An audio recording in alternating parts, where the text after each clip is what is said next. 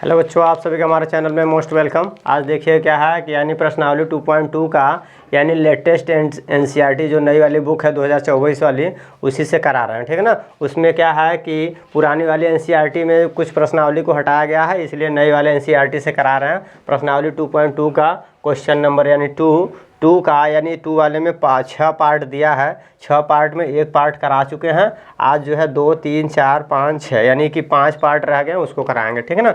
चलिए देखिए, एक पार्ट को अच्छे से बताएंगे। इसमें सभी को अच्छे से नहीं कराएंगे, एक पार्ट यानी दूसरा वाला पार्ट अच्छे से कराएंगे और बाकी जो है बचेंगे 4 में डायरेक्ट यानी आपका फार्मूला जो है यानी द्विघात बहुपद बना के दिखा देंगे। ठीक है ना। चलिए लास्ट तक देखिए, वीडियो में बने रहिए। दूसरा यानी कि हम करते हैं, दूसरा का क्या है, दूसरा का करेंगे तो दूसरे में क्या है, यहाँ पे आपको दिया है प्रश्न, पहले पढ़िए।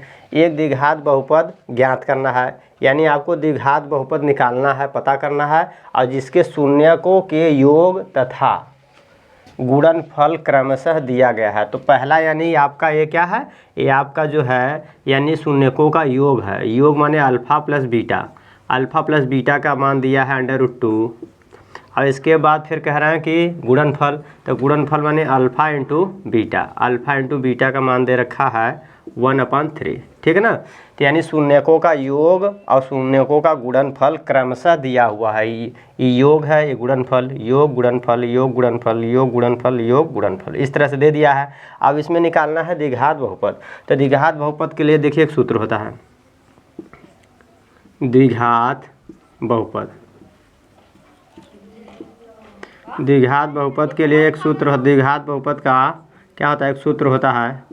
सूत्र क्या होता है, सूत्र होता है x² माइनस अल्फ़ा प्लस के बीटा x प्लस के अल्फ़ा बीटा। ये आपका होता है द्विघात बहुपद का सूत्र होता है। ठीक है ना। द्विघात बहुपद का सूत्र होता है, इसी पे देखिए रख के सबको निकाल देते हैं। ठीक है ना। चलिए तो देखते हैं, यानी दूसरा वाले को रखेंगे तो क्या है आपका है x² माइनस के अल्फ़ा प्लस बीटा का मान है √2 x प्लस अल्फ़ा बीटा का मतलब है 1/3। अब इसको सरल कर लीजिए, ये आपका द्विघात बहुपद हो गया। ठीक है ना। ये आपका द्विघात बहुपद हो गया, इसको आप सरल कर लीजिए तो आपका आंसर हो जाएगा। बस सरल करने में देखिए, इसके बटा 1 लिखिए, इसके बटा 1 लिखिए। अब ये 3 है तो इस पर 3 से ऊपर नीचे क्या करेंगे, इसको हल करने के लिए 3 से नीचे गुणा करेंगे तो 3 से ऊपर भी गुणा कर लेंगे। ये यहाँ पे कर दे रहे हैं, इसमें 3 से गुणा, और इस क्या है, इसमें 3 से नीचे करेंगे तो 3 से ऊपर भी करेंगे, तो आपका आ जाएगा 3x²। और इसके बाद माइनस इसका इसमें करेंगे तो आपका करेंगे तो माइनस √2x प्लस 1/3। अब इसके बाद हमको द्विघात बहुपद ज्ञात करना है तो इक्वल टू क्या कर देंगे, 0। जब इक्वल टू 0 कर देते हैं बराबर 0 तो ये द्विघात समीकरण हो जाता है। अब द्विघात समीकरण में क्या करेंगे, देखिए 3x² और माइनस के 3 √2x प्लस के 1, और ये आपका क्या है, ये 3 जो है इसके साथ गुणा हो जाएगा तो 0 × 3 हो जाएगा। अब 3 का 0 में गुणा करेंगे तो 0 हो जाएगा, तो आपका आ जाएगा 3x² माइनस 3 √2x प्लस के 1 आपका इक्वल टू 0। अब 0 हटा देंगे तो आपका द्विघात बहुपद, ये आपका द्विघात समीकरण है। अब जब 0 हटा देंगे द्विघात बहुपद हो जाएगा।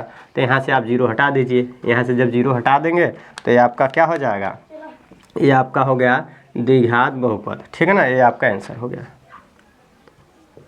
इस तरह से यानी आपका जो है सभी सवाल यानी इसके लगेंगे। ठीक है ना। अब बताइए यहाँ तक आप लोग को अच्छे समझ में आया कि नहीं। अगर आप लोग को अच्छा से समझ में आ रहा है तो प्लीज़ चैनल को लाइक शेयर एंड सब्सक्राइब कीजिएगा। ठीक है ना। चलिए हमने दूसरा बता दिया, इसी तरह से तीसरा बना, यानी कि अब खाली क्या है, डायरेक्ट इसका द्विघात बहुपद बना के छोड़ देंगे, बाकी आप लोग अपने से सिंपल करिएगा, सरल करिएगा। चलिए तीसरा का देखिए बनाते हैं।